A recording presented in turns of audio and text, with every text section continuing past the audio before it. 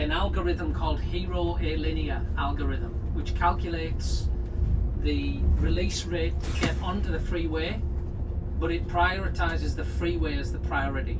So it keeps us here locally for a short while in the interests of protecting the freeway. So this runs 24/7, and that time is constantly being amended by the algorithm.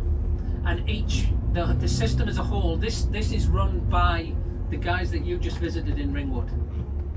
And each entry ramp is coordinated with its neighbouring entry ramps and with the signal at the bottom of the junction that we just left and other signals. So the priority is store traffic on the ramp as long as the queue doesn't hit the back of the ramp, and there's a detector that tells it when it hits the back or before it hits the back. And if this queue starts to become full, it will then release more from here but balance with the other ramps that neighbour. Automatically or manually?